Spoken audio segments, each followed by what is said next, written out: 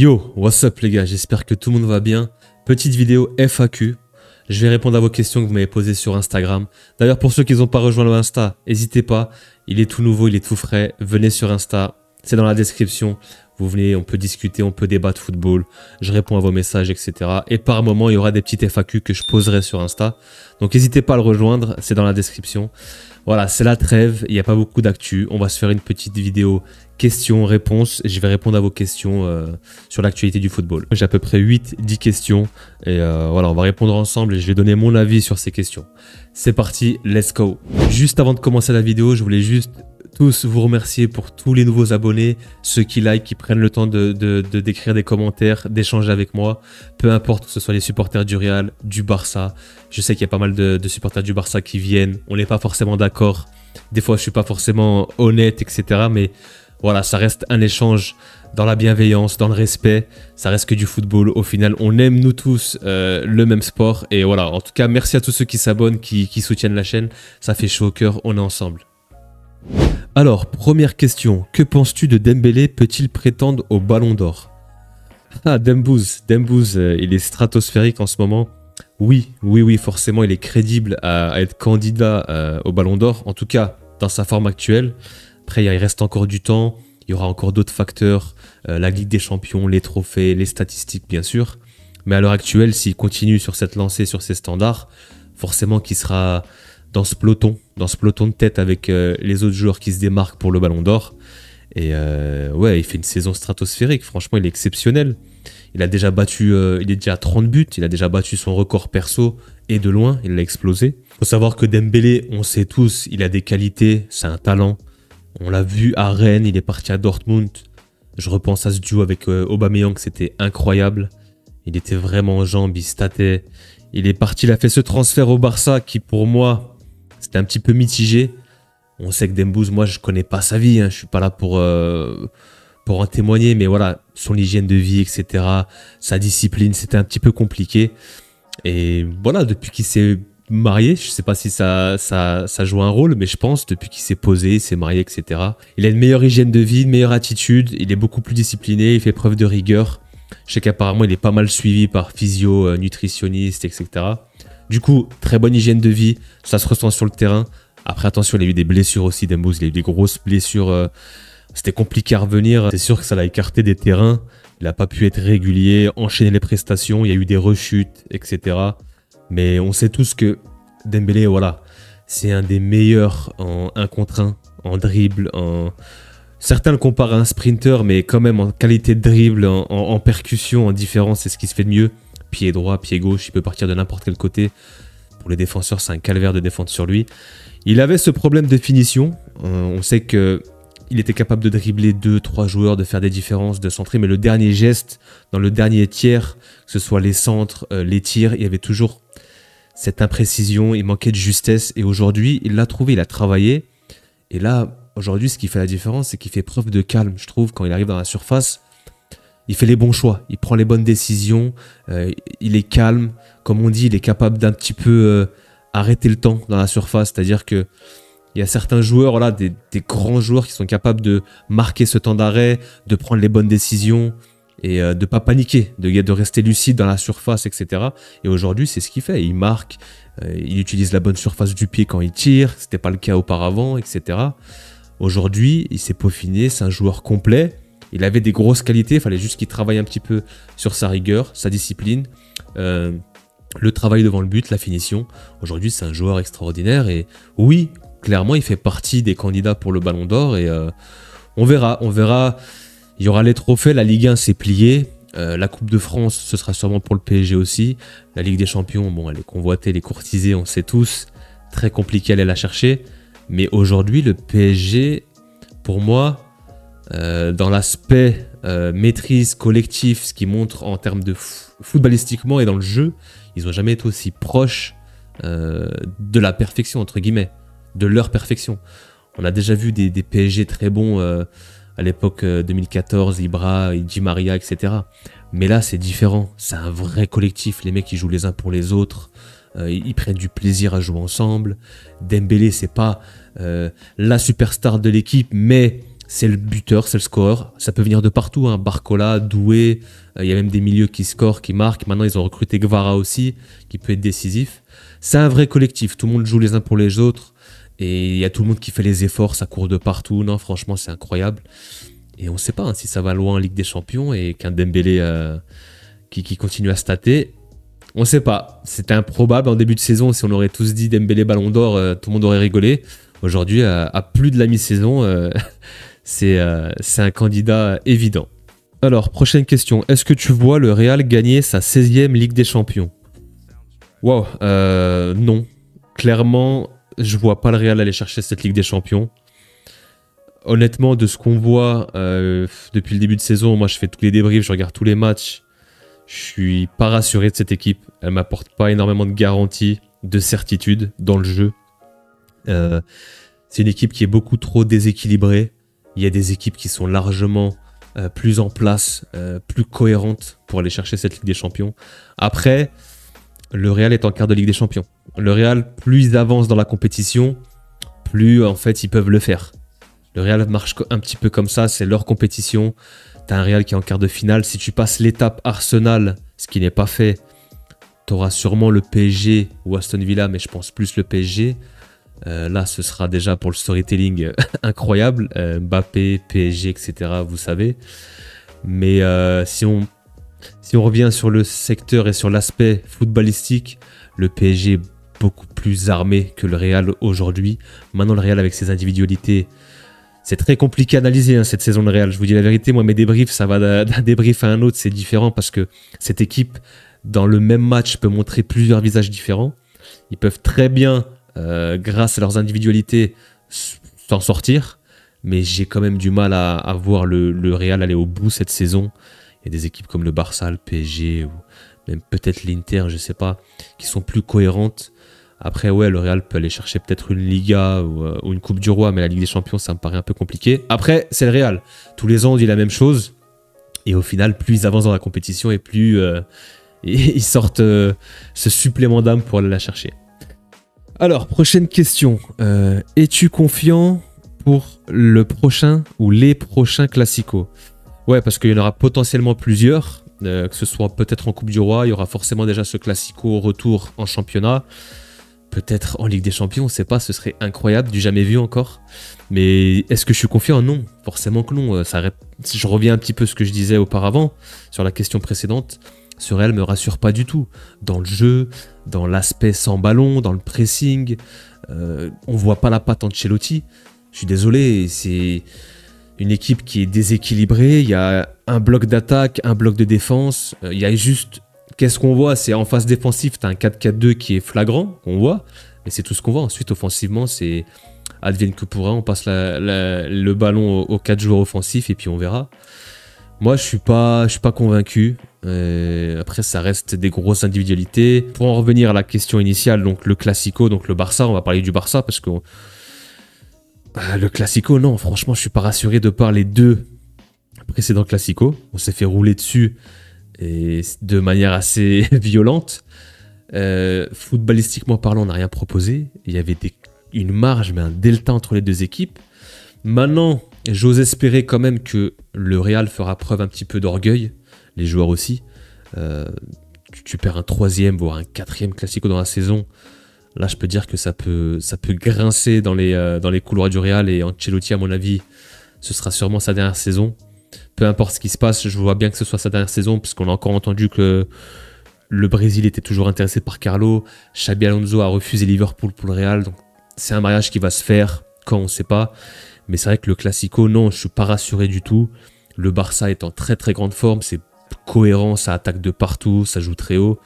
Maintenant, j'espère quand même voir le Real réagir et avoir un sursaut d'orgueil. Prochaine question. Est-ce que Mbappé déséquilibre le Real ou a déséquilibré le Real Madrid? Bon, les questions, elles sont un petit peu liées.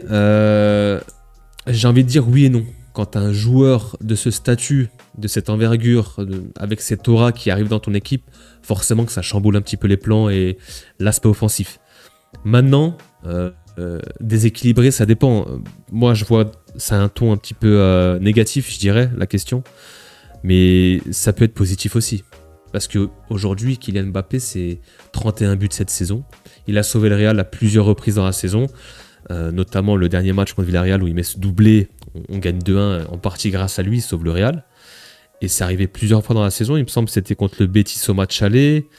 Voilà, j'ai plusieurs images et souvenirs où il a été décisif. Maintenant, pour moi, le Real est plus déséquilibré dans le sens où on n'a pas remplacé Toni Kroos. Ça, c'est une certitude.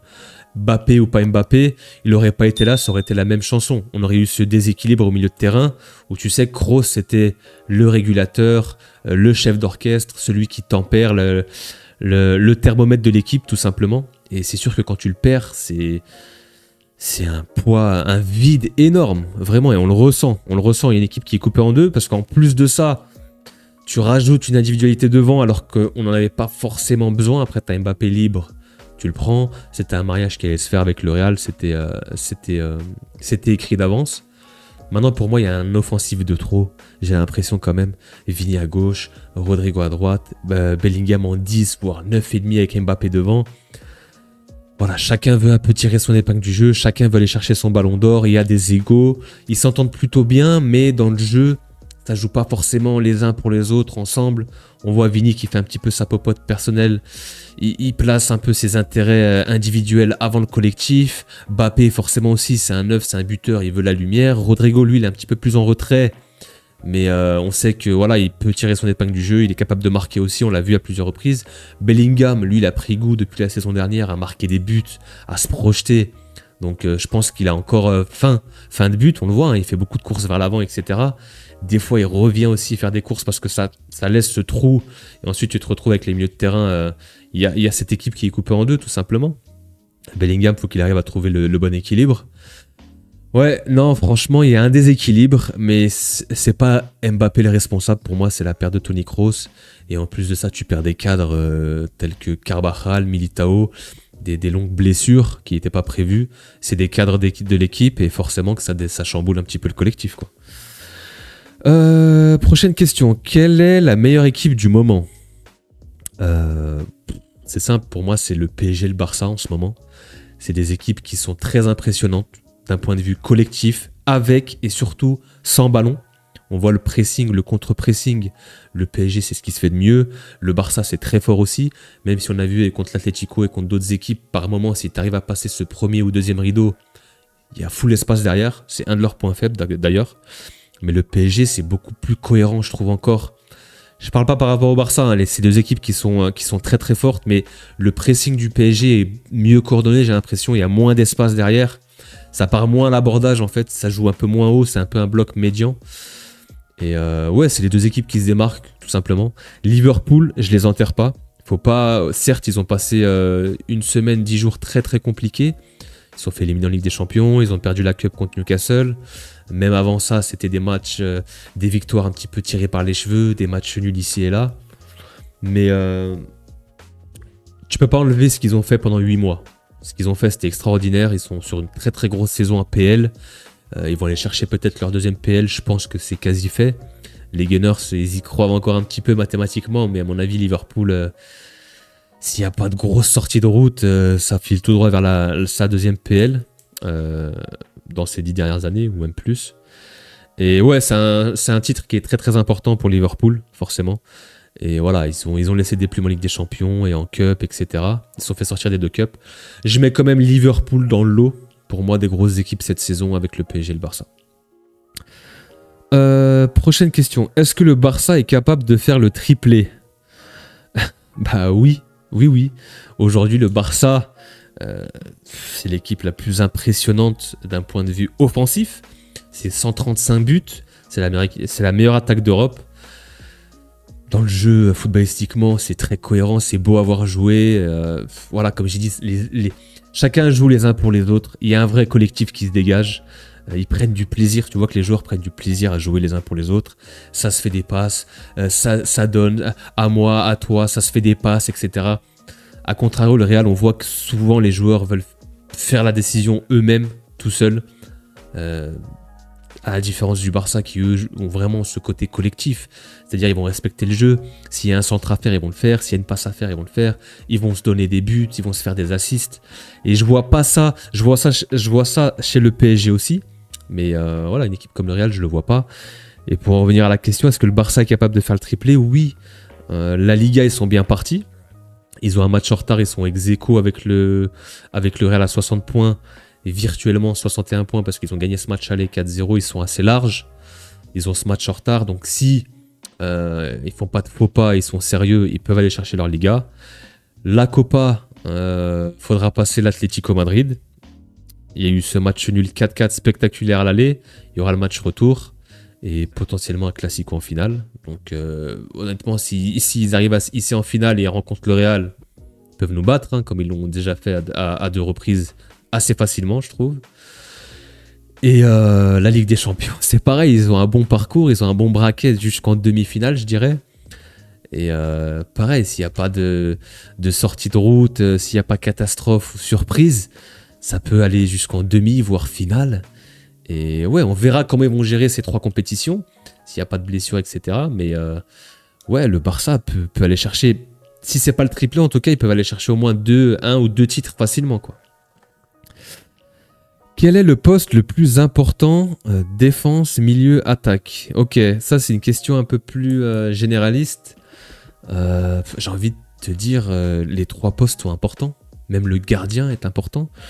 Après, si on peut essayer de les distinguer, à la limite, si t'es amené à remplacer un poste, je dirais le milieu de terrain, peut-être le 6, la plaque tournante, c'est un des postes les plus importants de l'équipe. C'est un peu le cerveau de l'équipe, celui qui gère la salle des machines. C'est sûr que si tu perds cet élément et que tu n'es pas capable de le remplacer qualitativement, tu peux avoir un problème. Jurisprudence Manchester City avec Rodri. Depuis qu'il s'est blessé, il s'est fait ses croisés, le City a coulé. Est-ce que c'est une coïncidence? Je sais pas, mais en tout cas, pour moi, ça coïncide quand même. Ça coïncide un petit peu avec la perte de Rodri. Et ouais, pour moi, c'est un poste très très important. Il y a aussi ton attaquant. Forcément, ton attaquant, si tu as ton attaquant, tu as ton Mbappé qui met 45 buts dans la saison et qui est blessé, tu le remplaces par un Hendrick. Je suis pas sûr qu'il va réussir à t'assurer le même lot de buts. Et ton gardien, c'est pareil. Ton gardien, je prends encore l'exemple du Real, mais si tu as un Courtois qui est blessé, bon, Loulin avait fait une très très bonne saison, l'avait remplacé, mais si tu n'as pas un grand gardien, un grand deuxième gardien, forcément, ton deuxième gardien, s'il est remplaçant, c'est qu'il n'a pas les mêmes qualités, donc il sera automatiquement moins bon.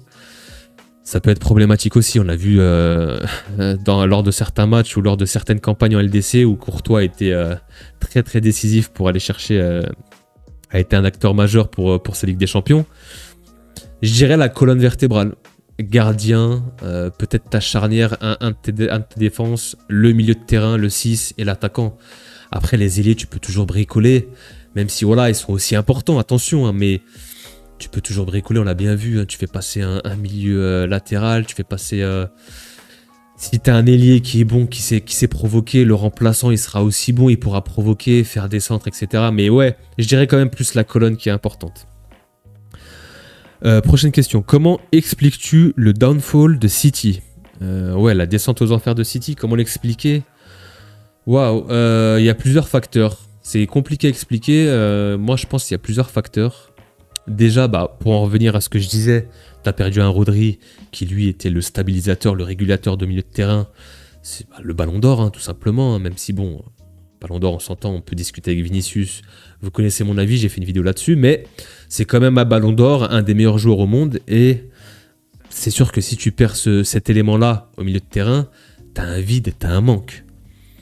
Déjà... ça, c'est la première des choses. Ensuite, tu as l'aspect où, pour moi, City ne s'est pas renouvelé. Tu as une fin de cycle et ils n'ont pas su bien cibler la rénovation de l'effectif. C'est-à-dire, si je prends un exemple Liverpool, eux, ils ont su le faire, je trouve. Savoir remplacer Firmino, Mané, Henderson. Ils ont su trouver, bien cibler les recrues. Par exemple, Diaz, McAllister, Konaté qui arrivait aussi. Donc voilà, il y a eu des bonnes recrues qui sont bien ciblées. À City, quand on regarde Savigno, il y a qui d'autre, Ake, moi je trouve pas que c'est exceptionnel non plus. Je pense à Grealish. Grealish qui lui, ça fait quoi, 2-3 ans qu'il est là, il a mis, il est quoi, en 5 buts en 4 ans. Il est insuffisant. Doku, c'est des fulgurances, c'est bon, ça provoque, mais c'est par intermittence. Voilà, je trouve que voilà, tu as un De Bruyne qui s'essouffle, un Bernardo Silva qui s'essouffle, tu as Haaland qui lui a porté satisfaction, ils sont allés chercher leur Ligue des Champions, il manquait ce chaînon manquant, ce 9. Mais dans l'ensemble, je trouve ils n'ont pas su quand même... tu as un Matheus Nunes qui joue défenseur droit, qui remplace Kyle Walker. Moi, je trouve que c'est pas logique, c'est pas un défenseur droit, c'est pas un latéral, c'est un milieu de terrain. Enfin bref, il y a du bricolage.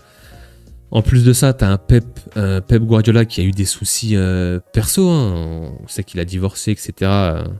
Donc forcément que ça peut jouer, ça peut avoir un impact sur... ça peut se refléter sur l'équipe, c'est pas impossible. Donc je pense qu'il n'y a pas une raison principale, c'est un mélange et un ensemble de tous ces facteurs qui fait que bah ouais ça... Puis après la dynamique. C'est sûr que quand tu commences à perdre 1, 2, 3 matchs, tu joues plus de la même façon, tu es moins en confiance. Et voilà, tu as les jambes qui tremblent et à chaque action défensive, tu n'étais pas serein. Le niveau défensif de certains joueurs, Ake, Ruben Dias, c'est l'ombre de lui-même. Gvardiol qui était un des défenseurs prometteurs, un des jeunes défenseurs prometteurs, on ne le reconnaît pas, il est sur plusieurs photos de famille cette saison. Vraiment des actions, mais des erreurs lunaires. Donc ouais, je pense qu'il y a plusieurs facteurs qui expliquent cela plutôt. Et ouais, je pense à un bon recrutement cet été. Ils ont les moyens. De toute façon, ils ont déjà commencé cet hiver avec Marmouche et comment il s'appelle au milieu de terrain, j'ai oublié son nom. Mais oui, ils ont les moyens pour se renouveler et rapporter de la qualité à cet effectif. Voilà, on a fait le tour. C'est les questions que j'ai. Voilà, j'espère que vous avez kiffé la petite vidéo questions-réponses. C'est la première fois que je m'exerce à l'exercice. N'hésitez pas à rejoindre le Insta de temps en temps, en semaine, quand il y aura un petit peu moins de matchs, on fera des FAQ, on répondra à l'actualité football. Voilà, je dis pas que j'ai raison, hein, je donne juste mon avis, puis on échange entre nous. Vous pouvez venir en commentaire, dites-moi si vous êtes d'accord avec moi. Sur Insta, pareil, vous pouvez venir, on peut discuter. Voilà, en tout cas, c'était une petite vidéo chill. On fera sûrement peut-être les débriefs des matchs de Ligue des Nations. C'est la trêve internationale, donc peut-être les matchs de l'équipe de France, pas sûr. Mais il y a des matchs intéressants, c'est les quarts de finale, ça a l'air plutôt sympa. Et voilà, j'ai deux, trois petits concepts aussi de vidéos qui vont arriver. Restez branchés, n'hésitez pas à vous abonner, liker, vous connaissez. Merci pour la force, le soutien. Merci à tous, que ce soit les supporters du Real, du Barça, etc. Ça fait chaud au cœur, je vois tous vos messages, vos commentaires et merci pour la force. Sur ce, prenez soin de vous et je vous dis à très très vite. Ciao, ciao.